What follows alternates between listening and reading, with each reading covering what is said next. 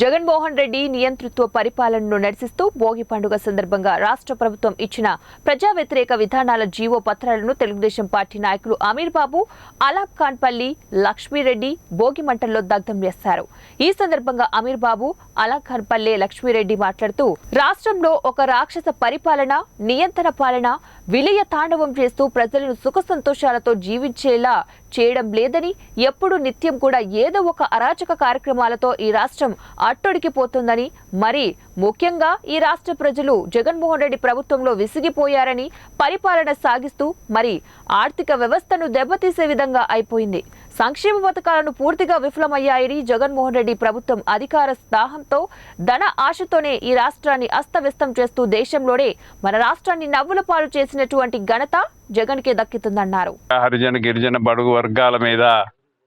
దాడులు చేసి వాళ్ళ ఆస్తులు ఆక్రమించి అనేక రకాలుగా ఇబ్బందులు పెడుతున్నటువంటి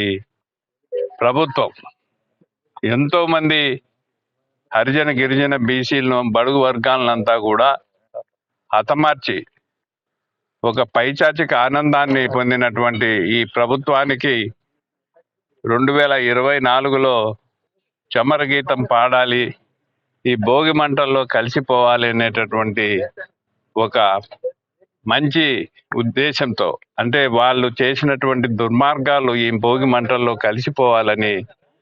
మళ్ళా మంచి ప్రభుత్వం రావాలని 2024లో మా చంద్రబాబు నాయుడు గారు, మా లోకేష్ గారు, పవన్ కళ్యాణ్ గారి ఆధ్వర్యంలో ఒక మంచి ప్రభుత్వాన్ని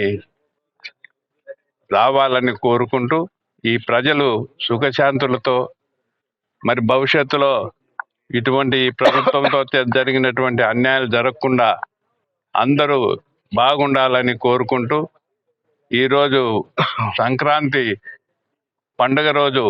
ఆంధ్రప్రదేశ్లో